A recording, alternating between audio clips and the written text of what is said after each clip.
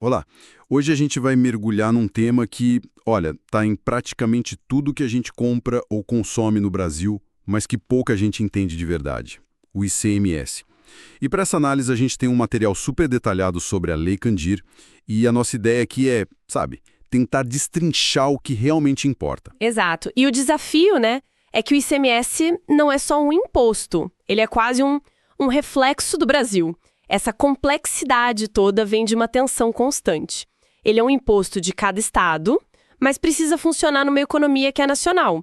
É daí que nasce essa teia de regras que a gente vai tentar desvendar. Ok, vamos desmembrar isso então. O material organiza tudo em torno de 5 perguntas-chave, a tal da regra matriz. Basicamente, o que é que gera o imposto, quem tem que pagar e também onde e quando se paga. E, claro, a pergunta de US$ 1 milhão, sobre qual valor se calcula tudo isso. Essa é a estrutura perfeita. Se a gente consegue responder essas 5 perguntas, o que parece um labirinto começa a fazer muito mais sentido, né? A gente para de só, decorar regras e começa a entender a lógica por trás do sistema. Boa. Então, começando pelo começo. O que exatamente aciona a cobrança do ICMS? O básico todo mundo conhece: circulação de mercadoria, serviço de transporte entre cidades ou estados, comunicação. Mas o material aponta um caso que sempre gera dúvida. Restaurante. Quando eu pago a conta, o ICMS é só sobre a comida? Não, e esse é um ótimo ponto de partida. O imposto incide sobre o valor total do fornecimento. Isso inclui a comida, a bebida e, para surpresa de muitos, o serviço. A gorjeta, pela regra geral da Lei Candir, entra na conta do ICMS. Peraí, a gorjeta? Eu tinha quase certeza que a gorjeta era isenta. Isso mudou ou eu sempre entendi errado? Pois é, aí que entra o pulo do gato. A regra geral, a lei principal, manda tributar. O que acontece é que, na prática, os estados fizeram um acordo, um convênio. E esse convênio, na maioria dos casos, permite excluir a gorjeta da base de cálculo, desde que ela seja limitada a 10%. Mas a lição aqui é: se não fosse por esse acordo específico, ela seria tributada, sim. A lei é mais dura do que a prática do dia a dia. Entendi. Faz sentido. E do outro lado da moeda, o que a lei explicitamente diz que não gera imposto? O material lista os clássicos: exportações, livros, jornais, ouro como ativo financeiro. E destaca uma mudança bem recente e muito importante: a transferência de mercadoria entre filiais da mesma empresa. Essa mudança foi fundamental. Antes, era uma confusão. Uma empresa mandava um produto da fábrica em São Paulo para o centro de distribuição em Minas e tinha que pagar ICMS. Gerava um crédito super complicado de usar depois. Agora, isso acabou. Transferência dentro da mesma empresa não é mais o fato gerador do imposto. E é aqui que a coisa fica bem interessante. Porque na lista do que é ou não tributado, a briga mais feia hoje é com a nossa conta de luz. Houve uma tentativa recente de baratear a conta, tirando as tarifas de transmissão e distribuição, a TUSD e a TUST, da base de cálculo do ICMS, certo? Exatamente. A ideia era que o ICMS incidisse só sobre a energia que a gente de fato consome, e não sobre o custo da infraestrutura para ela chegar à nossa casa. Uma lei foi aprovada para isso. Mas não funcionou, né? Como é que isso afeta a conta na prática? Não funcionou, pelo menos por enquanto. Gerou uma briga que foi parar no Supremo. Os estados alegaram que perderiam bilhões em arrecadação. E o STF, em uma decisão liminar, deu razão aos estados e suspendeu essa mudança. Na prática, a decisão manteve a conta de luz mais cara. Mais cara quanto? O material dá um exemplo ótimo. Numa conta hipotética de R$ 1.400, com 400 sendo só dessas tarifas. A lei queria que o imposto fosse calculado só sobre os R$ 1.000 de energia. Com a decisão do STF, ele continua sendo calculado sobre o valor total, os 1.400. A diferença no bolso, só nesse exemplo, é de R$ 80. Quer dizer que a gente paga imposto não só sobre o produto, a energia, mas também sobre o frete dela. A discussão de fundo é essa. Perfeito. A discussão é se o fio e o poste fazem parte da mercadoria energia. Por enquanto, a resposta que vale é sim. Ok. Então essa é a lista do que gera ou não imposto. Mas saber o que é taxado é só metade da história. A outra metade, e às vezes a mais complicada, é saber em quem o fisco vai mirar para cobrar essa conta. E aqui a lei divide o alvo em dois: o contribuinte e o responsável. Contribuinte é o óbvio, imagino. É o personagem principal da história, quem vende o produto, quem presta o serviço, quem importa algo. Pode ser uma mega empresa ou uma pessoa física que comprou um celular da China para uso próprio. Se realizou a operação, é contribuinte. E o responsável? Esse nome soa como alguém que entra na história meio que de galhato, que paga o pato. É quase isso. O responsável é um terceiro que a lei puxa para a obrigação de pagar. Se a gente conectar isso ao quadro geral, é uma ferramenta de fiscalização poderosíssima. O exemplo do material é clássico: o transportador. Imagina um caminhão transportando uma carga sem nota fiscal. O fiscal para o caminhão e a história complica para todo mundo. Exato. Nesse caso, a lei diz que a responsabilidade é solidária. O fiscal pode cobrar o imposto tanto do dono da mercadoria, que é o contribuinte, quanto da transportadora. É uma forma de criar uma rede de segurança para arrecadação. Se o fisco não consegue pegar o vendedor, ele tem o transportador como um plano B, sabe, para garantir o pagamento. Faz sentido, cria um incentivo para o próprio transportador exigir a nota fiscal. Agora vamos para a dupla onde e quando o imposto é devido. O material traz uns exemplos bem diretos. Sim, aqui a lógica é bem pragmática. A regra geral para o onde é: o imposto é devido para o estado onde a mercadoria está. Vende uma TV numa loja em Natal, o ICMS é do Rio Grande do Norte. Se for um serviço de transporte, o imposto é de onde o serviço começa. Um frete que sai de Mossoró para qualquer lugar do Brasil, o ICMS é do Rio Grande do Norte também. E na importação por pessoa física? Alguém em Porto Alegre compra um fone de ouvido de fora. Onde paga? O ICMS é para o Rio Grande do Sul, o estado de quem comprou. E naquela situação do caminhão sem nota? Se ele foi parado na Paraíba, não importa de onde veio ou para onde ia. O ICMS é devido ali, na Paraíba, onde o problema foi encontrado. Pragmático mesmo. E o quando? Em que momento exato nasce a dívida? O marco temporal também é bem definido.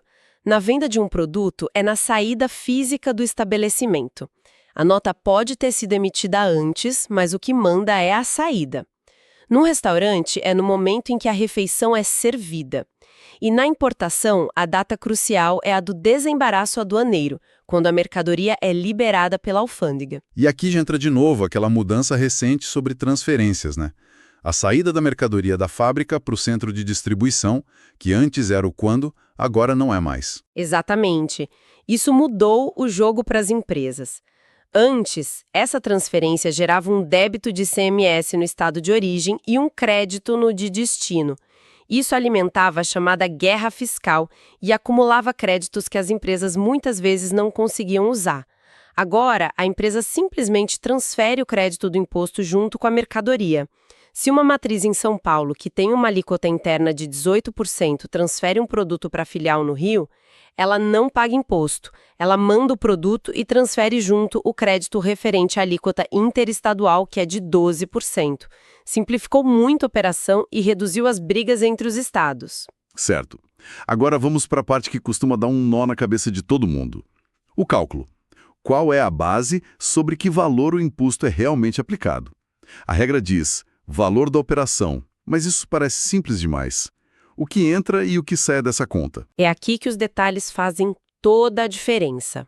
Por exemplo, descontos. Um desconto incondicional, aquele que já está no preço na hora da compra, tipo, compre hoje com 20% de desconto. Esse valor pode ser abatido da base. Mas o desconto condicional, do tipo, pague a fatura em dia e ganhe 10%. Esse não abate. O imposto é calculado sobre o valor cheio porque o desconto é uma condição futura e incerta. E quando eu trago algo de fora do país? Aí não existe um valor da operação claro. Como o governo define sobre que preço ele vai cobrar o imposto? Aí a lógica muda completamente. O governo cria o que a gente pode chamar de uma super base de cálculo. Ele manda somar tudo. Tudo o quê? O valor do produto, mais o imposto de importação, mais o IPI, mais o IOF, mais frete, seguro, taxas portuárias, absolutamente tudo que foi gasto para a mercadoria chegar até aqui. E depois de somar tudo isso, vem a parte mais curiosa. O famoso cálculo por dentro, onde o próprio imposto faz parte da base de cálculo dele mesmo. Exato. É uma lógica meio circular, né? É como tentar calcular o preço final de um produto já incluindo o imposto no próprio preço que você usa para calcular o imposto. Na prática, o governo te dá uma fórmula para inflar esse valor. Se a alíquota é de 20%, você divide a soma de todos os custos por 0,80.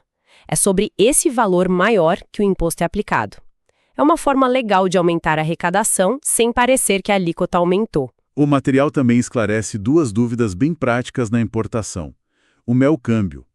Se eu fecho a importação com o dólar a R$ 5,00, mas no dia de pagar o fornecedor ele está a R$ 5,20, isso não muda o ICMS.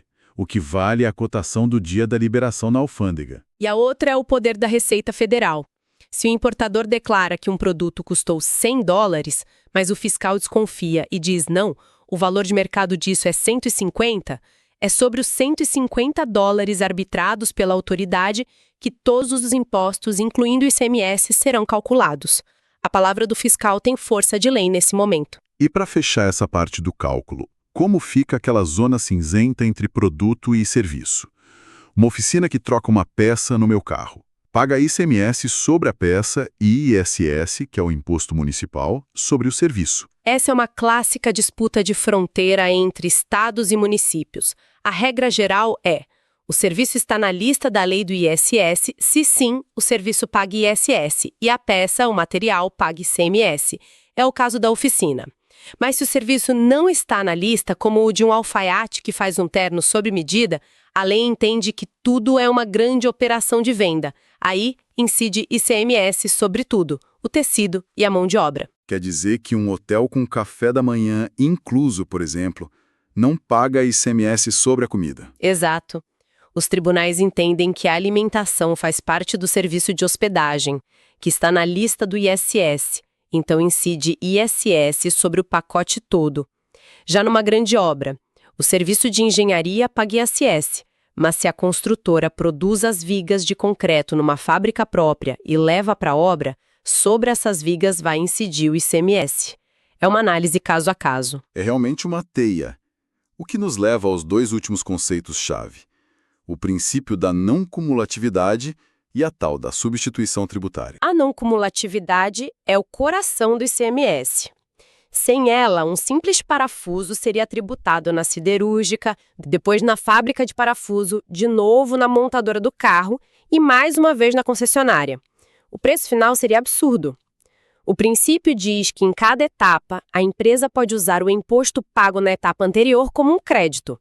Ela paga o ICMS só sobre o valor que agregou.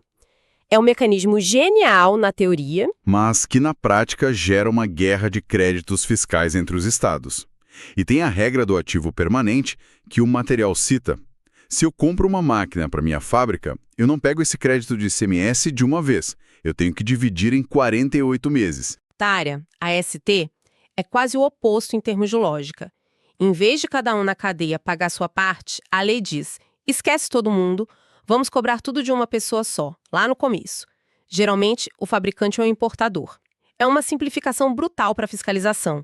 Em vez de auditar milhares de farmácias, o fisco fiscaliza alguns poucos laboratórios. E esse laboratório paga o imposto por ele, pelo distribuidor e pela farmácia, com base num preço final que o governo presume que o remédio terá. É a ST para frente. Exatamente. O problema é: e se a farmácia, por alguma razão, vende o remédio mais barato que o preço que o governo presumiu? Ou mais caro? Por muito tempo, essa presunção era definitiva. Vendeu, não se discute mais. Mas o Supremo mudou isso, né? Mudou. A decisão da corte foi, assim, salomônica.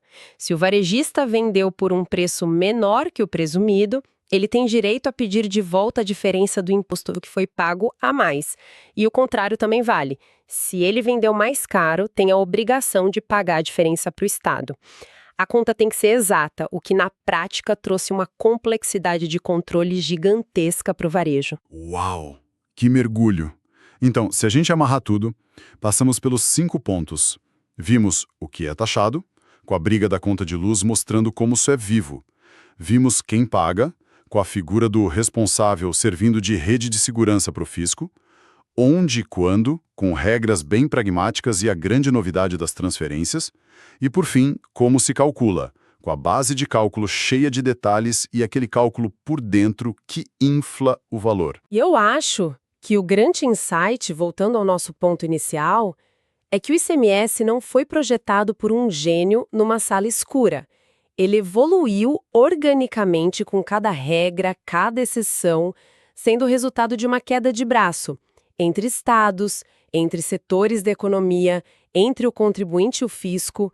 É um sistema que carrega cicatrizes de as virtudes do nosso pacto federativo. É uma ótima forma de resumir. Isso nos leva à provocação final para quem está nos ouvindo. Sim. O material menciona que a reforma tributária aprovada em 2023 planeja extinguir o ICMS até 2033. A reflexão que fica é: considerando toda essa teia de regras, créditos acumulados, disputas judiciais e interesses que a gente acabou de explorar, quais os imensos desafios e talvez as oportunidades ao tentar substituir um sistema que está tão profundamente enraizado na economia e nas finanças de cada um dos 27 estados brasileiros? É algo para se pensar.